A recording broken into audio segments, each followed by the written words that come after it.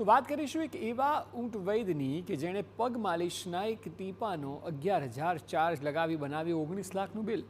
શું દવાના એક ટીપાની કિંમત 11,000 હોઈ શકે? આ સવાલ સર્જવા પાછળનું કારણ એ છે કે વલસાડથી એવી ઘટના સામે આવી કે જ્યાં પગની સમસ્યાથી પીડાતા એક દર્દીને બોગસ તબીબના સાગરીતોએ ડૉક્ટર રુસ્તમની ભલામણ કરી। ડૉક્ટર રુસ્તમે માલિશ દ્વારા પગની સારવાર શરૂ કરી। થોડા દિવસ બાદ ડૉક્ટર રુસ્તમે સારવારના નામે 19 લાખનું બિલ ફાડતા દર્દીના પરિજનો મૂંઝવણમાં મુકાયા। દાવો છે કે ડૉક્ટર રુસ્તમે એક ટીપાના 11,000 લેખે 171 ટીપા દ્વારા સારવાર કરી હોવાનું જણાવ્યું। જોકે રૂપિયા ન હોવાથી અને ઠગાઈના આશંકાએ દર્દીના સંબંધીએ ગુનો નોંધાવ્યો।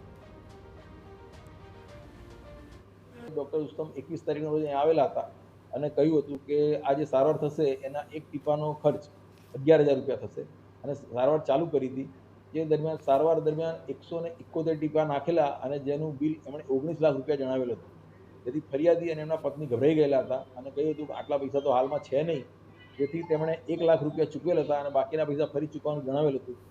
જે દરમિયાન ફરિયાદી અને એમના પત્ની એમના પુત્રને વાત કરતા પુત્રને આ વાતે શંકા જતા એણે પોલીસને ફરિયાદ આપી હતી।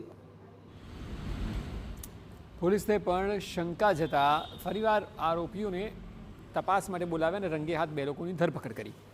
તપાસમાં ખુલાસો થયો કે ડૉક્ટર રુસ્તમ નામની કોઈ વ્યક્તિ હતી જ નહીં અને આ કારસ્તાન અન્ય કોઈ ભેજાબાદનું હતું। પોલીસે તબીબના સાગરીત એવા 2 ઇસમોની ધરપકડ કરીને વધુ તપાસ હાથ ધરી છે। આરોપી બંને હાલમાં પિતા પુત્ર છે, જેમાં મોહમ્મદ સમીર અને મોહમ્મદ ઇરફાન આ 2 આરોપીઓ છે અને ડૉક્ટર રુસ્તમ તરીકે જેને ઓળખાણ આપી હતી હાલમાં મહારાષ્ટ્ર ખાતે રહે છે અને એની તપાસ હાલમાં પોલીસ કરી રહી છે।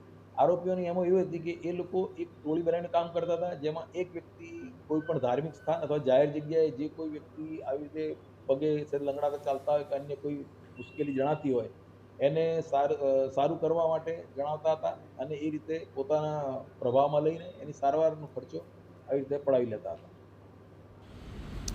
આમ દર્દીના પુત્રની સતર્કતાને પગલે પરિવાર લૂંટાતા બચ્યો છે। પોલીસ તપાસમાં સામે આવ્યું કે તબીબી સારવારના નામે ઠગ ટોળકી પીડિત લોકોને ટાર્ગેટ કરીને લૂંટતી હતી। હાલ આ કેસમાં પોલીસે વધુ તપાસ હાથ ધરી છે।